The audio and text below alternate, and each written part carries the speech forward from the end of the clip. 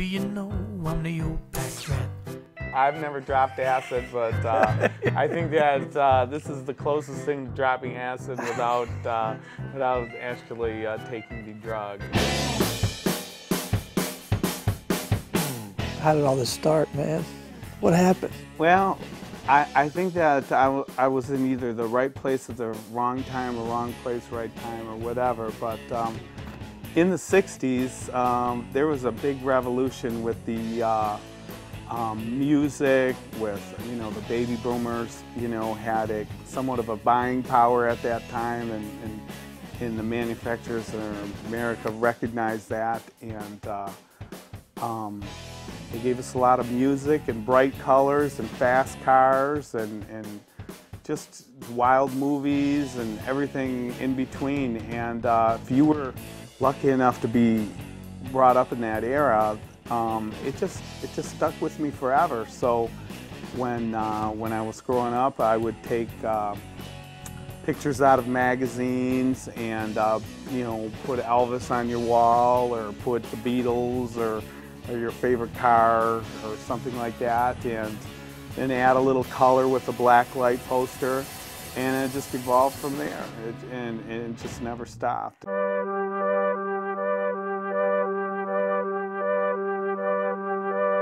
Most of the neighbors here are pretty old. We don't have a lot of young people in the neighborhood, but a few have been in the house and they just can't believe it. They just want to stay for hours and don't want to leave. That's a big problem. No one wants to leave once they come in here, because everywhere you look, you see something different. It's just a groovy pad with a million things to look at and notice. I looked around for about 15, 20 seconds and went, damn, I wish I was him. What year would you say that this all started? Do you still have stuff from when you were a kid that you've kept along? Absolutely.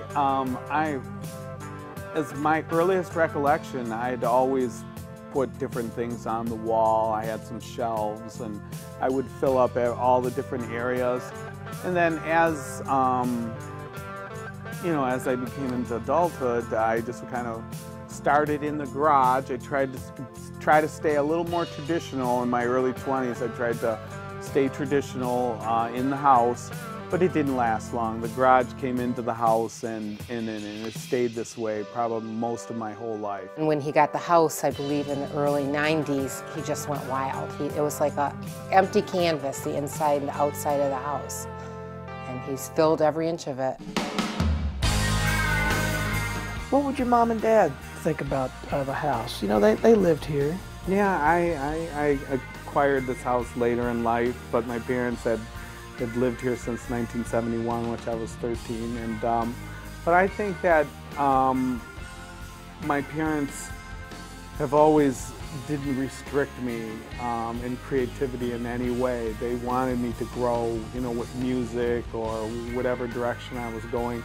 And I think that it shows with my sister and her house and how she lives her life. I do think we got it from my mom, though, because she did take us to garage sales and things like that, but we just love the things of our childhood, the 60s and 70s influences, and carried it on through our whole life.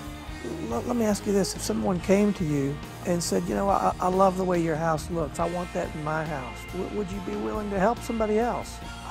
I think a lot of people just, for whatever reason, do not have that desire to really do that. They may say they do, but they don't, you know. So I would help anybody. I think that people should take things that they love and then just build from there, and you know, and go with their own type of style and whatnot. If their style is very similar to mine, let's just say Madonna or Bruce Willis contracted me and said, hey, you know, I would like you to decorate a part of my house or a room or something like that. I would try to dig in to see what styles they like, or give me a theme, and I could run with it. I think that I think I have this gift to put these things together with that era, and I'm glad that I had a chance to do that. But I've never been able to you know, make a living at it, or do it for somebody as somewhat of a contractor. I would like to, of course. Yeah. I don't buy my collectibles or these things to sell them, so I don't turn around and sell them. Back then, there was no cell phones, no computers, no emails, no Twitter, none of that crap.